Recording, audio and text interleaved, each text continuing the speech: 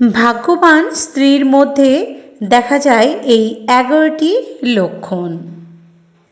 বন্ধুরা, আপনি কি কখনো ভাবছেন যে বিবাহের পর ভাগ্য হঠাৎ বদলে যায় কেন? এটি কি শুধুমাত্র একটি ঘটনা, নাকি এর পিছনে কোনো বিশেষ কারণ রয়েছে? আসলে আমাদের শাস্ত্র এবং সামুদ্রিক বিদ্যায় মহিলাদের গুণাবলী ও তাদের বৈশিষ্ট্যগুলোর একটি বড় গুরুত্ব রয়েছে। বলা হয় যে যদি কোনো পুরুষের বিয়ে একটি সৌভাগ্যবতী মহিলার সঙ্গে হয়, তাহলে সে রাস্তায় থেকে উঠে সোজা কোটিপতি হয়ে যেতে পারে। কিন্তু যদি ভাগ্য তার জন্য অভাগী মহিলার সঙ্গ এনে দেয়, তাহলে কোটি কোটি দৌলতও মাটিতে মিশে যেতে পারে। মহিলাদের বোঝা কঠিন নয়, অসম্ভব।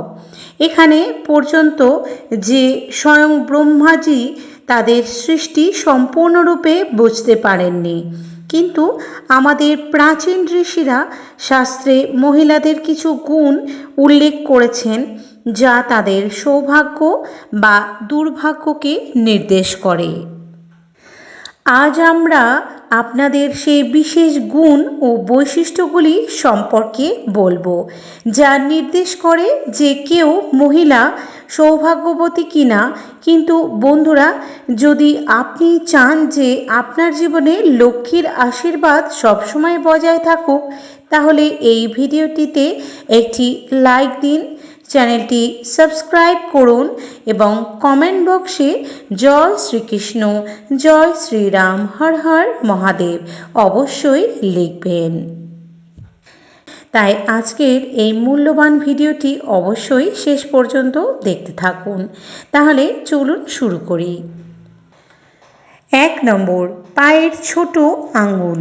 প্রথম পরিচয় বললে যদি কোনো মহিলার পায়ের ছোট আঙুল মাটিকে স্পর্শ করে, তাহলে সেই মহিলা অত্যন্ত শুভ বলে মনে করা হয়।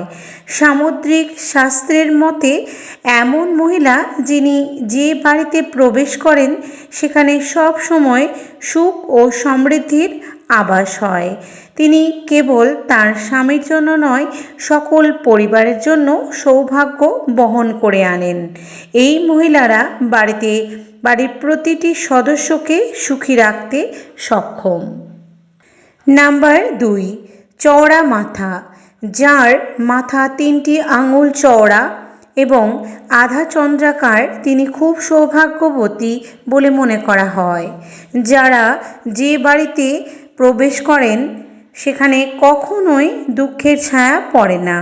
তাদের বুদ্ধি, পরিশ্রম ও ইতিবাচক শক্তি দিয়ে পুরো পরিবার উন্নতি করে। এই মহিলাদের বাড়িতে আসার পর যেন বাড়ির ভাগ্যই বদলে যায়। বলা হয় এই মহিলারা বাড়ির প্রতিটি সদস্যের জন্য একটি আশীর্বাদ। নাম্বার 3, চোখের বিশেষ গুণ। বন্ধু, আপনি কি কখনো কাউকে মহিলার চোখের গঠন লক্ষ্য করেছেন? সামুদ্রিক শাস্ত্র অনুযায়ী যদি কোনো মহিলার চোখের উপরের এবং নিচের ত্বকের হালকা লালিমা থাকে এবং পুতলি কালো সাদা অংশ দুধের মতো হয়, তাহলে সেই মহিলা খুবই সৌভাগ্যবতী বলে বিবেচিত হয়। এছাড়াও যদি তার হাঁটার ভঙ্গি রাজহংসের মতো হয় এবং তার কোমর বাঘের মতো সুন্দর এবং পাতলা হয়, তাহলে তিনি সমস্ত সুখ ভোগের জন্য নিয়োজিত।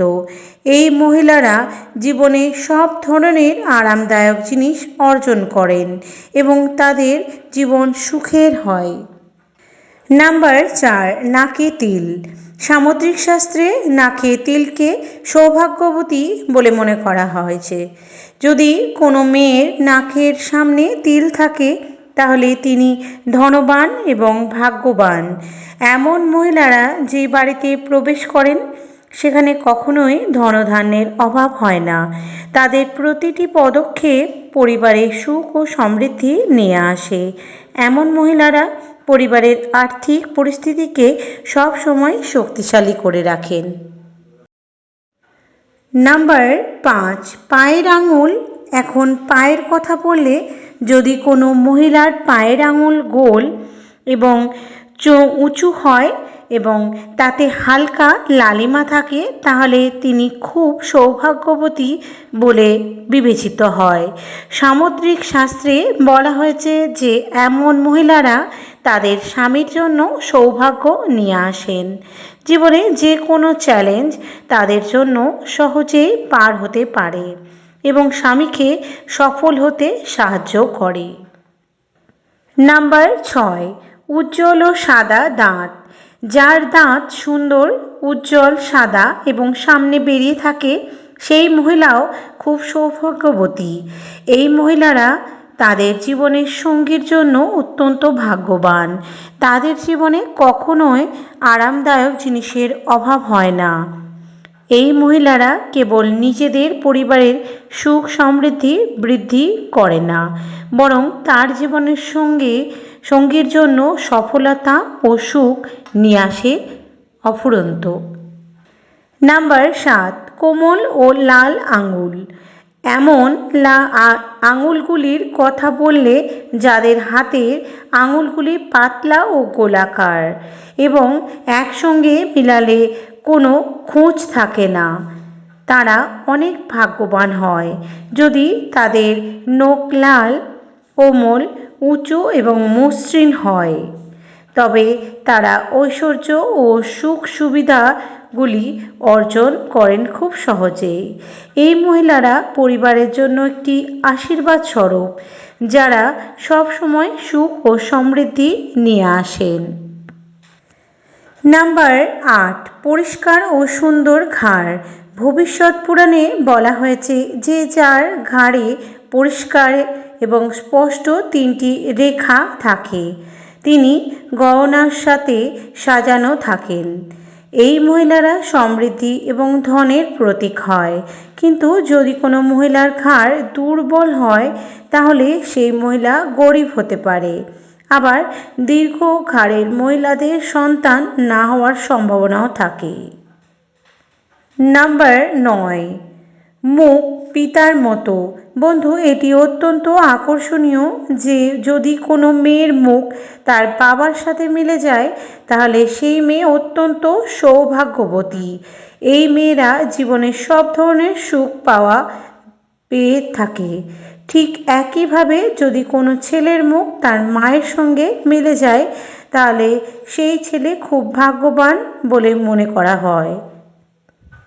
নাম্বার 10, পদ্মের মতো চোখ। ভবিষ্যৎ পুরাণের মতে যার চোখ পদ্মের পাতার মতো এবং তাদের মাঝে স্থান বাদামি নয় বরং সাদা থাকে, সেই মহিলা দিগন্তে তাদের স্বামী তথা নিজেদের জন্য অনেক সৌভাগ্য নিয়ে আসে।